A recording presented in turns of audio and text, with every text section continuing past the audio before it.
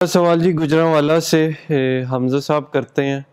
वो कहते हैं जी मैं गुजरात से कि मैं गुजरात से मेरा ताल्लुक़ है और जिस घर में मेरी शादी की बात हुई है वो गुजरांवाला से हैं और सिर्फ़ इस बात के ऊपर पहले सारा देखा जा चुका है, इस बात पे अब इनकार हो रहा है कि मेरे पास कोई बड़ी ज़मीन और जायदाद नहीं है, इसके अलावा और कोई एतराज़ नहीं है। लड़का भी पसंद है, लड़की भी पसंद है, राज़ी भी हैं। इस बुनियाद को बना के क्या ना की जा सकती है?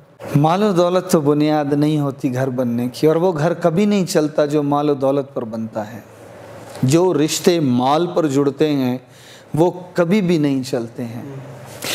ये अभी कुछ हफ्ते पहले जब मैंने ऑस्ट्रेलिया से आपसे जब मैंने रब्ता किया, आपको याद है कि हमारी एक बहन ने फ़ोन किया कि मैं ख़ुदकुशी करने लगी, कि मुझे उन्होंने फ़ोन किया कि मौलाना साहब ये मेरी आखिरी कॉल है और इस कॉल को बंद करने के बाद मैंने अपना ज़िंदगी का ख़ात्मा कर लेना है। और मैंने आपसे भी फिर अर्ज़ किया कि मैंने कहा आप पाकिस्तान में मौजूद हैं, मैं इस वक्त पाकिस्तान में नहीं, तो आप उनसे रब्ता कीजिए और कोशिश कीजिए कि इनकी ज़िंदगी बच जाए। उसके पीछे क्या मुहर्रिक था? उसके पीछे दो चीज़ें थीं, एक लव मैरिज और दूसरी दौलत।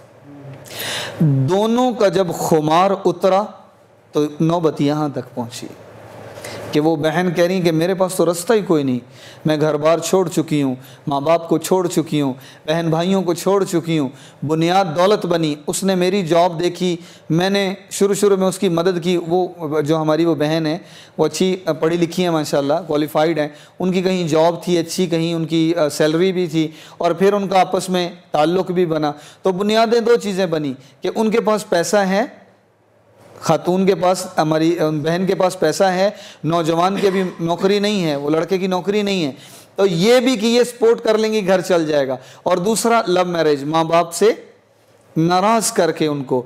तो वो अब ये कह रही कि मेरे माँ बाप को मैं खुद छोड़ चुकी हूँ, बहन भाइयों को खुद छोड़ चुकी हूँ, जिसे अपनाने के लिए अपने सब को छोड़ा। जब मेरी नौकरी मैंने छोड़ी, बच्चों की वजह से मैं नौकरी ना कर सकी, तो उसने मुझे छोड़ दिया कि घर कैसे चलेगा? तुम नौकरी छोड़ रही हो तो घर कैसे चलेगा? तो बात यह कि जो घर इस बुनियाद पर कायम किए जाते हैं, जहाँ जहेज़ की लिस्ट बनती है, जहेज़ों की लिस्ट बनाई जाती है, तो फिर कल कला को ये ताने ही बनते हैं, ये आपस में एतराज़ात ही बनते हैं कि तू क्या लाई थी और मैं ये लेकर आई थी। फिर ये बुनियादें लड़ाई हैं। और दूसरी बात यह है कि घर तो अखलाक प्यार से ही चलते हैं। साहिब को दरगुज़र करना आता हो, माफ़ करना आता हो, नरमी के साथ ताल्लुक़ निभाना आता हो, और हमारी इन बहन को या कोई भी हमारी जितनी बहनें हैं उन्हें सहना आता हो, सब्र करना आता हो, कुर्बान होना आता हो, ये घर तो चल जाएगा। लेकिन जहाँ पैसे की अकड़ हो, अभी एक डॉक्टर साहिबा हैं, अब उन्होंने मुझसे कहा जी मेरे शौहर मुझे छोड़ना चाह रहे हैं और हमारा घर टूट रहा है, ये है वो। उनसे जब मैंने उनसे एक बात सुनी, फिर दोबारा बात सुनी, जब तीसरी दफ़ा मैंने सुना और उनके एतराज़ात सुने, तो मैंने उनसे ये अर्ज़ किया, मैंने कहा बहन आप एक सवाल मैं आपसे करूं? कहती जी मौलाना साहब फरमाइए।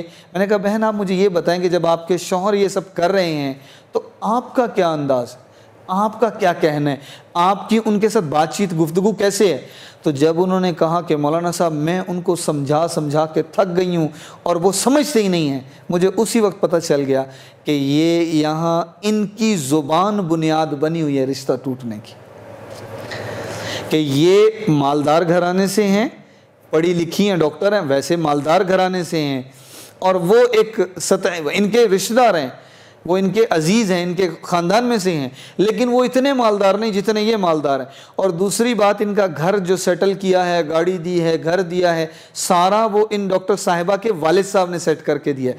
तो अब ये मिजाज में अंदर ये चीज़ मौजूद है कि मैं इनको इतना समझा रही हूँ, मैं समझा के इनको थक गई हूँ, ये मेरी बात सुनते ही नहीं, इनको समझ ही नहीं आती।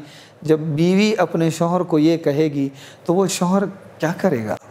तो बुनियाद जब भी दीन के अलावा, बुनियाद जब भी अखलाक और दीनदारी और अखलाक, जब ये बुनियाद होगी रिश्तों की, तो ये फिर कायम रहेंगे, ये लॉन्ग लास्टिंग है।